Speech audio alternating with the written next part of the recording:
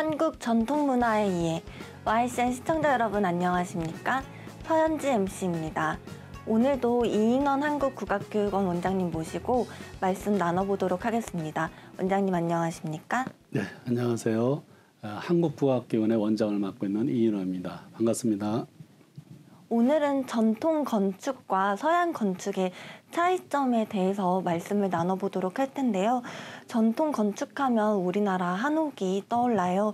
우리 한옥과 서양 건축의 가장 큰 차이점이 어떤 것일까요, 선생님? 네, 지난 시간에 이제 우리 전통 음악은 좀 살아 움직이는 곡선적인 음악이라고 그랬고, 서양 음악은 좀 이렇게 고정이 된 직선적인 음악이다 이런 말씀을 드렸었는데, 이것을 이제 전통 건축과 서양 건축에도 똑같은 말을 할 수가 있을 것 같아요.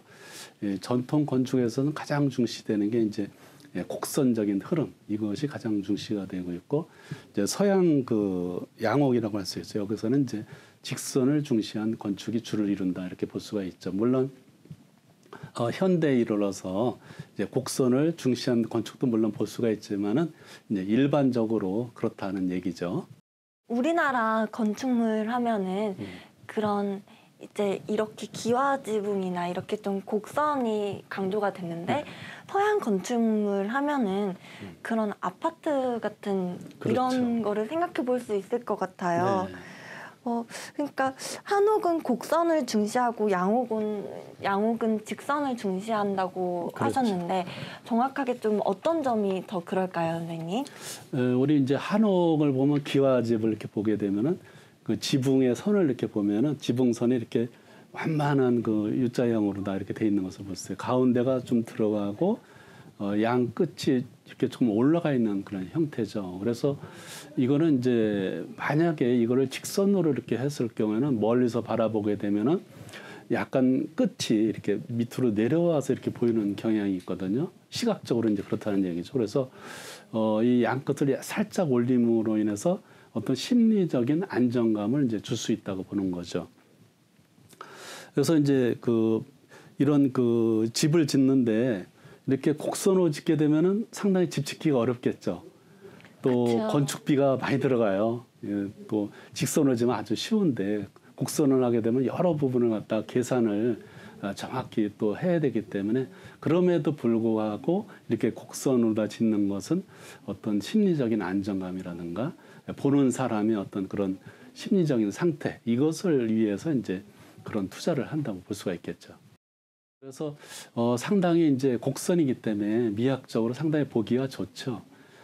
그다음에 이제 이 처마선이 있죠. 처마선도 이렇게 직선으로 하지 않고 이렇게 살짝 이렇게 올라가 있어. 이거는 이제 치올림 기법이다 이렇게 이제 전문적으로 용어를 얘기를 하는데 이제 서양 건축에서는 처마를 이렇게 치올리는 경우가 거의 없죠.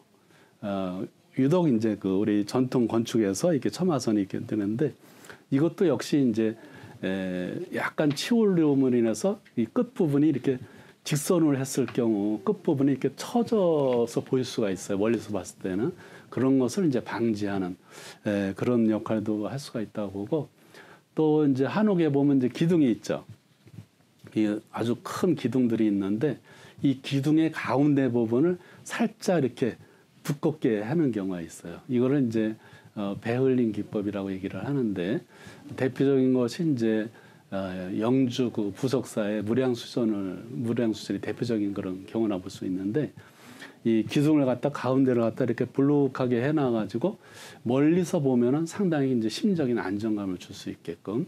근데 만약에 그것을 폭이 위와 아래가 똑같이 이렇게 만들어놨다면은 멀리서 보면 어떻게 보이느냐면은 가운데가 조금 들어가게 보이는 것이거든요. 그래서 이 전통 건축에서는 이렇게 사람의 어떤 심리적인 시각이 어떠냐를까지 계산을 해가지고 이렇게 집을 짓는 것을 이제 볼 수가 있죠.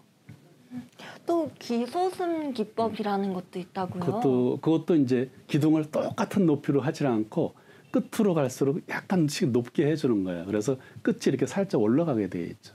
그래서 이제 그런 것을 이제 귀소승 기법이라고 그러는데 그건 역시 이 건축물의 심리적인 안정감, 시각적인 요소 그거를 이제 고려한 것이라고 볼 수가 있겠죠.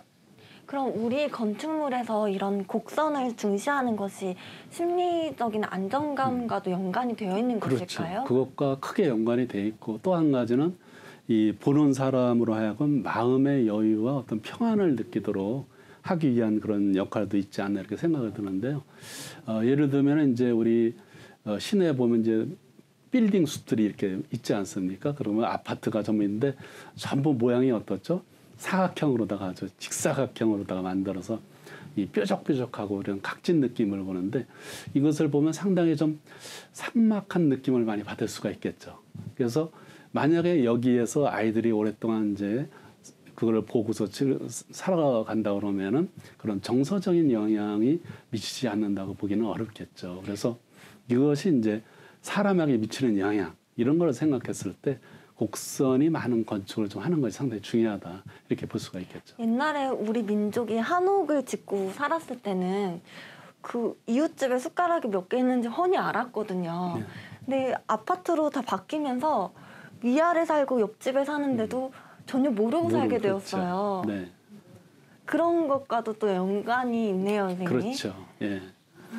그러니까 아파트도 일률적으로 성냥갑처럼 지을 것이 아니라 좀 개성 있게 짓는 것도 방법이 될 수 있나요, 선생님? 그렇죠. 예, 그래서 이제 너무 일률적인 것에서 벗어나서 우리 민족은 남과 똑같이 하는 걸 싫어한다 그랬죠. 그래서 남과 똑같이 이렇게 하는 것보다는 각자 개성 있게 건물마다 개성을 부여해서 이렇게 짓는 것이 전체적인 심미적인 측면에서도 상당히 중요하다고 생각이 들고 우리 전통 건축이 또 하나 중요시하는 것은 이제 자연과의 조화 또 자연에 순응한 건축 기법을 쓰고 있던 것이 상당히 중요한 지점인데 예를 들면 이제 우리가 절 같은 것을 생각해 보면 되게 절이 산속에 들어가 있죠. 그거는 보면은 산의 여러 가지 그 형태와 나무와 물과 계곡과 뭐 이런 것들이 절의 그 건축물과 잘 이렇게 조화를 이루는 것을 볼 수가 있죠. 그런 것은 뭐냐면은 우리 전통 건축은 단순한 기능적인 측면뿐만이 아니고 자연과의 어떤 어울림, 조화 이런 것을 최고로 친다 이런 것을 이제 볼 수가 있죠. 최근에 보면은 아파트를 산자락에다 이렇게 높게 짓는 경우가 많아요. 우리 서울도 보면은 이렇게 산이 그냥 그 산자락에 능선이 다 가리울 정도로 높게 짓는 경우가 많죠. 근데 보기에 벌써부터 불편하거든요. 불편하죠. 그런데 이것이 우리나라에서만 지금 허용이 되는 것인데 이 프랑스 같은 나라나 이런 그 유럽 선진국에서는 절대 이것을 못하게 하죠. 왜냐하면은 도시의 그 미관을 결정하는 그 심의위원회에서 이런 거는 절대 허용을 하지 않죠. 그래서 주변의 그런 자연 환경과 어울릴 수 있는 건축물의 디자인 이것을 우리가 이제 규제를 못 하고 있는데 앞으로는 이제 이런 규제를 해서 그런 그 산자락에다 그냥 높은 아파트 짓는 거 이런 거는 좀 피해야 될 것 같아요. 그럼 자연과 어울리는 것이 또 풍수지리적으로도 좋은 건축물 아니겠습니까? 그렇죠. 근데 우리 건축이 자연에 순응하는 건축 기법을 많이 사용한다고 하셨는데 어떠한 점이 그렇지요, 선생님? 이렇게 이제 보면은 그 기둥 같은 것이라든지 또 천장에 대들보라고 큰 나무가 이렇게 가로질러 있죠. 대들보라든지 이런 걸 보면은 그 나무가 생긴 그대로 나무가 구부러졌다 그러면 구부러진 그대로 이렇게 갖다 쓰는 경우가 많아요. 그냥 그걸 정확하게 네모나게 딱 자르기보다는 생긴 거를 그대로 자연스럽게 갖다 쓰고 또 이 주춧돌이라든지 대돌 같은 걸 보면은 돌의 모양 그대로 그거를 살짝만 이렇게 가미를 해가지고 다듬어서 그대로 갖다 쓰거든요. 이거는 이제 뭐냐면은 자연에 있는 것을 인공미를 가하지 않고 그대로 자연스럽게 사용을 해서 사용하는 걸 즐기는 이제 우리 조상들의 어떤 자연광이랄까 이런 거를 이제 쉽게 볼 수 있고요. 또 나무를 이제 나무와 나무를 잇는 그 이음새 있죠. 이런 부분이 정확하게 맞지 않게 약간의 여유를 두고서 이렇게 이어놓는 것을 볼 수 있는데 이건 뭐냐면은 나무가 이제 오래되면 이렇게 터진다든지 비틀어지게 되겠죠. 그런 것까지 감안을 해서 약간의 여유를 두어서 이렇게 조립을 한다 이렇게 이제 볼 수가 있어요. 이런 것들 보면은 우리 그 전통 건축에 있어서 어떤 그런 여유 또 자연과의 어떤 합일 뭐 이런 것들이 상당히 중요하다 이렇게 볼 수가 있겠죠. 그러면은 우리 건축의 가장 기본적인 요소가 그런 것이라고 볼 수 있겠네요, 선생님. 그렇죠. 제일 중요한 것이 자연과의 소통, 자연과의 합일 뭐 이런 것인데요. 집을 하나 짓더라도 그 집이 주변의 자연 경관과 어떻게 어울릴 것인가 이런 것이 상당히 중요한 거예요. 정자를 하나 짓더라도 가장 적합한 곳에 딱 재서 크기도 그 지점의 주변 환경과 어울리는 딱 알맞는 크기로 이제 정자를 짓게 되는 거거든요. 그런데 이제 일본 같은 경우는 어떠냐면은 이 집 마당 안에다가 여러 가지 그 뭐 온갖 바위도 갖다 놓고 돌도 갖다 놓고 또 나무 갖고서 그냥 빽빽이 심어가지고 거기서 어떤 조그만한 자연, 소자연을 거기서 이제 만들어 놓고 그를 감상하는 경우가 많죠. 이거는 이제 우리의 어떤 자연과 어떤 합일하고자 하는 그런 것과는 상당히 거리가 있는 그런 거라고 볼 수가 있겠죠. 그러니까 일본은 그 마당 안에 이렇게 최대한 꾸며놓는데 우리나라는 내 집 마당과 이웃집과 그런 전체적인 조화를 또 고려한다는 말씀이시네요. 그렇죠. 그래서 그 이효령 선생님이 이제 일본인은 축소지향형이다. 축소지향적인 어떤 민족이라고 이제 얘기를 한 적이 있는데 자기 그 정원 안에 뭐 바위도 갖다 놓고 뭐 산도 조그만한 산도 만들어 놓고 숲도 조성하고 또 오솔길도 만들어 놓고 이렇게 아기자기하게 자연을 거기다 전부 다 만들어 놨어요. 그러니까 축소된 자연을 만들어 놓은 것이죠. 그래서 우리 그 정원 개념은 많이 다른데 우리가 이제 창덕궁에 가면은 그 뒤에 후원이 있죠. 그걸 이제 비원이라고 그러는데 이 비원을 보면은 어떤 자연의 본래의 그 모습을 거의 그대로 살리면서 거기에다가 뭐 산책길을 만든다든지 정자를 넣는다든지 또는 무슨 연못을 만든지 하여튼 최소한의 어떤 인공적인 것을 가미를 해서 전체적인 자연과 조화를 이루도록 하는 것을 볼 수 있는데 이것을 보면은 이제 우리의 그 자연관 뭐 이런 것들이 이제 많이 묻어나 있다 이렇게 볼 수가 있겠죠. 그런 것이 또 프랑스와도 차이가 있다고요, 선생님? 네, 이제 프랑스의 이제 대표적인 그 정원이 그 프랑스 이제 궁전에 있는 정원 같은 건데 이런 걸 보면은 아주 기하학적인 모양으로 수학적인 모양으로 다 이렇게 정원을 꾸미고 있죠. 이런 거는 인공적인 것을 가미한 또 극치라고 볼 수가 있는데 우리나라 사람들은 특히 이런 거를 되게 싫어하는 경향이 있어요. 좀 자연스러운 거 이런 것을 이제 중시하는 경향이 있죠. 그러니까 우리나라 건축물은 자연을 많이 가미를 안 하고 있는 상태에서 조금 이렇게 좀 추가를 하는 건데 네. 일본은 자기의 앞마당에다가 네. 그대로 차려놓고 그렇죠. 프랑스는 좀 기하학적이라고 볼 수 있고 그렇죠. 그러네요, 선생님. 네. 네, 많은 차이가 있죠 서로 간에. 그래서 이제 우리 그 전통 건축을 보면은 자연에서 주변에서 나는 재료들을 그대로 갖다가 주로 많이 쓰죠. 그래서 흙이라든가 나무를 주로 해서 이제 건축을 하고 있는데 이제 흙은 주로 황토를 많이 쓰죠. 이 황토가 이제 건강에 좋은 건 아시죠?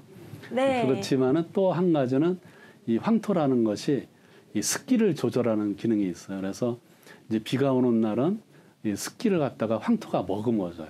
그래서 덜 습하게 만들어주고 또 이제 건조한 햇빛이 쨍쨍 비치는 날은 그 머금은 습기를 방출을 해가지고 습도를 조절을 하는 그런 조정 기능이 있죠. 제습기와 가습기의 역할을 같이 하네요. 그렇죠. 그런데 또 창문에 사용하는 네. 그런 창호지도 그런 기능이 역할을 있다고요? 하고 있죠. 그런 그 습기 조절, 밖의 습도와 안의 습도를 조절하는 기능이 있고 또 한 가지 이제 중요한 기능이 뭐냐면은 빛을 조절하는 기능이에요. 그래서 밖에서 강렬한 햇빛이 집 안으로 바로 들어오지 못하게 그 창호지를 통해서 한번 여과시켜 가지고 이 빛을 갖다 세기를 조절해서 이렇게 방 안으로 은은하게 들어오게 이렇게 조절을 하는 것이죠. 그런 거 보면은 아주 우리나라의 어떤 그 전통 건축이 이런 바람 그 습도와 햇빛을 갖다가 잘 조절하는 그런 것이라고 이제 볼 수가 있겠죠. 그런 창호지는 저절로 조정을 하는 그런 기능이 있는데 네. 그 이제 통유리를 사용한 현대 건축물들이 있어요. 네. 그런 거는 또 막 이렇게 암막 커튼도 달아야 되고 그렇죠. 그래서 너무 이제 불편하거든요. 대표적인 사례가 이제 얼마 전에 지었던 이제 서울시 신청사 외국의 유명한 건축가가 이제 그것을 설계를 해서 졌는데 이분이 아름다운 모양 뭐 이런 거에 주를 해서 이제 디자인을 하다 보니까 통유리를 물론 많이 썼죠. 그러다 보니까 여름에 되면은 그 창가에 앉은 사람들이 더워가지고 업무를 볼 수가 없을 정도예요. 햇빛이 직사광선에 바로 비치니까. 그래서 이런 건축 기법이랄까 이런 건축에 대한 개념이 우리의 전통 그 개념하고는 많이 다르다 그렇게 볼 수가 있겠죠. 근데 창호지를 썼을 때는 햇볕에 그런 것도 조정을 해주는데 통유리는 냉난방비도 어마어마하겠습니다. 엄청나게 많이 들겠죠. 그래서 이제 그래서 우리가 그 집을 질 때 남향을 주로 많이 쓰지 않습니까? 그 이유는 바로 빛을 갖다가 적절하게 받아들이기 위한 방향이 집을 남향을 하고 있으면은 아침에도 빛이 그냥 직후로 들어오지 않고 저녁에 해가 질 때도 그 빛이 바로 쪼이질 않고 적절하게 이제 그 빛이 유지가 되기 때문에 이런 이제 냉난방 그런데 상당히 이제 도움이 된다 이렇게 볼 수가 있겠죠. 이제 바람과 습도와 또 빛 이거를 종합적으로 조절하는 것이 바로 전통 건축이다 이렇게 볼 수가 있어요. 그러면 통유리를 쓰는 것은 비효율적인 측면이 더 많겠네요, 선생님. 그렇죠. 네. 그래서 통유리를 쓰게 되면 그 안에다 또 다른 또 햇빛을 차단할 수 있는 장치를 또 해야 되니까 여러 가지 뭐 그 예산 경제적인 부분도 상당히 문제가 되겠고 그래서 우리가 이제 이 전통 건축이 갖고 있는 이러한 특성들을 갖다가 현대 건축에 잘 좀 응용을 할 필요가 있는 것이죠. 그런 전통 건축에서는 그런 태양의 빛을 순화시키기 위해서 하는 장치가 또 있었나요, 선생님? 그게 이제 또 중요한 것이 하나가 있는데 바로 처마라는 거예요. 처마가 이제 물론 뭐 비가 많이 오면은 비가 안으로 들이치지 못하게 하는 역할도 있지만은 제일 중요한 기능 중에 또 하나가 햇빛이 바로 그 방 안으로 들어가지 못하게 하는 기능이었죠. 그래서 처마선을 통해서 아주 그 한낮에 뜨거운 태양이 안으로 들어가지 못하게 그 막는 기능이 바로 이제 처마선이죠. 그래서 이 처마 때문에 이제 그늘이 지기 때문에 여름에도 시원한 그런 것을 이제 느낄 수가 있는 거죠. 그런데 현대 건축에서는 이 처마가 없죠. 없죠. 그러다 보니까 이제 어떤 냉난방에 어려움이 있는 것이죠. 또 우리는 집을 지을 때 또 남향을 선호하는 경향이 있었어요, 선생님. 네. 그래서 이제 아까도 얘기를 드렸지만은 이 남향이 어떤 빛의 조절을 하는데 가장 적합한 그런 거면서도 또 겨울이 되면 이제 우리나라가 북서풍이 이제 불어오죠. 북서풍이 찬바람이 불어오는데 남향으로 다 하게 되면은 그런 바람을 갖다가 이제 이렇게 막아줄 수가 있겠죠. 이제 그런 영향도 있죠. 그러니까 바람의 영향, 또 빛의 영향, 습도의 영향 이런 거를 이제 잘 조화시킨 것이 이제 바로 전통 건축이라고 볼 수 있어요. 그러면 친환경적인 건축으로도 볼 수가 있네요, 선생님. 그렇죠. 우리나라 건축은 가장 자연과 어울리는 건축이라고 볼 수가 있겠고, 그 자연에서 나는 그 환경, 자연에서 나는 그런 자연스러운 흙이라든가 나무를 주로 사용함으로 인해서 이것이 자연에 해가 되질 않고 자연에 항상 이렇게 풍화될 수 있는 그런 이제 친환경적인 그런 것이라고 이제 볼 수가 있겠죠. 근데 이제 우리가 그 팔만대장경 있죠. 네.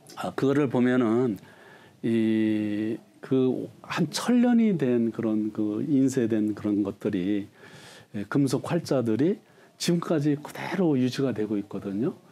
그래서 외국의 과학자들이나 이제 국내 과학자들이 상당히 이게 무슨 원리가 있어서 이렇게 된 것인가 해서 이제 최신식 그 현대 과학적인 건축 기법을 동원해서 건물을 새로 졌어요. 그래서 거기다가 한번 보관을 해보자 해서 보관을 했는데 결과는 어떻게 됐을까요? 실패를 했죠.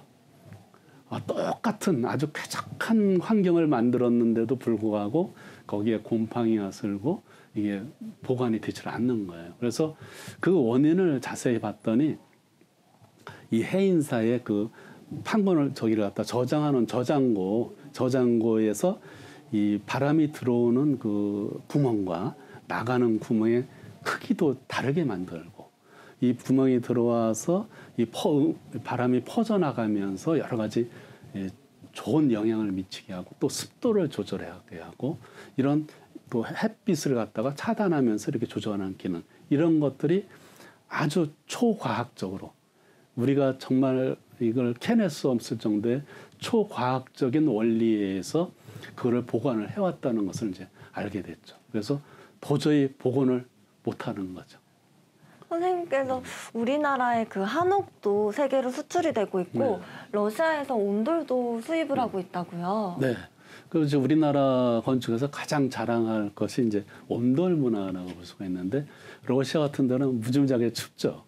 그래서 원래는 이제 라지에터라든가 이런 걸 통해서 이제 그 방 안에 공기를 데워서 이렇게 하게 되는데 우리 온도는 바닥에 그 온도를 깔아서 그 온돌이 뜨거워짐으로 인해서 저절로 이제 자연스럽게 방 안의 공기를 데워주는 역할을 하거든요. 그러니까 상당히 방 안에서 활동하기 아주 쾌적하게 춥지 않게 할 수 있는 것이죠.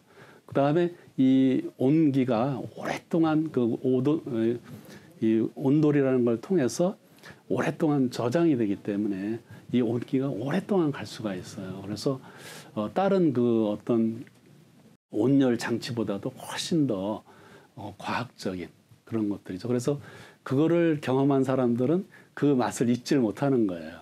그래서 최근에는 이제 이런 것들이 유럽이라든가 그 추운 나라에도 많이 이제 수출이 되고 있다 그러죠.